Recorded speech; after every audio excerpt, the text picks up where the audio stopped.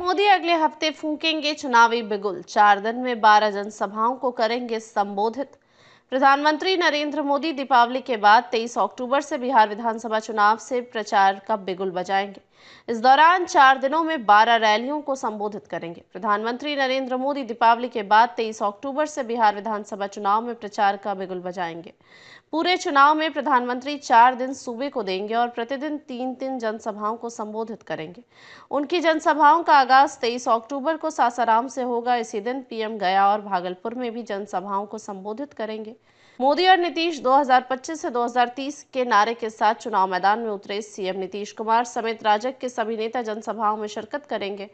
भाजपा के रणनीतिकारों के मुताबिक पीएम इसके बाद 28 अक्टूबर को मिथिलांचल और राज्य की राजधानी का रुख करेंगे। इस क्रम में दरभंगा, मुजफ्फरपुर में जनसभाओं को संबोधित करने के बाद पटना में विशाल जनसभा को संबोधित करेंगे।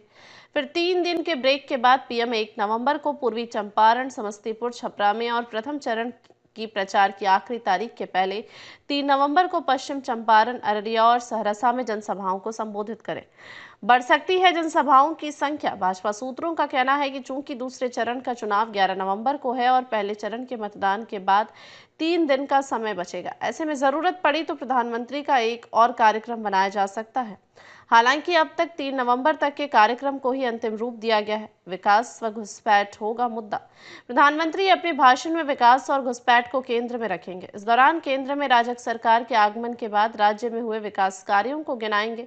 इसके अलावा सीमांचल सहित कई क्षेत्रों में विदेशी घुसपैठ के कारण बदली जनसंख्यिकी से उत्पन्न खतरे से भी आगाह कराएंगे। प्रधानमंत्री के भाषणों में नारी सशक्तिकरण का मुद्दा भी अहम होगा।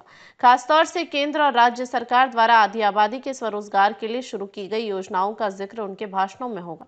राहुल गांधी बिहार से दूर पड़ रहा प्रभाव। राहुल गांधी ने चुनाव से पहले वोट चोरी पर तो खूब बवाल काटा, लेकिन अब बिहार में जैसे वह दूर हो गए। कांग्रेस और महागठबंधन पर उसका प्रभाव खराब पड़ा है। बिहार का चुनाव विचारों से ज्यादा टीम मैनेजमेंट का है। महागठबंधन सीटों पर उलझा, टिकटों पर बिखरा और प्रचार पर अटका है।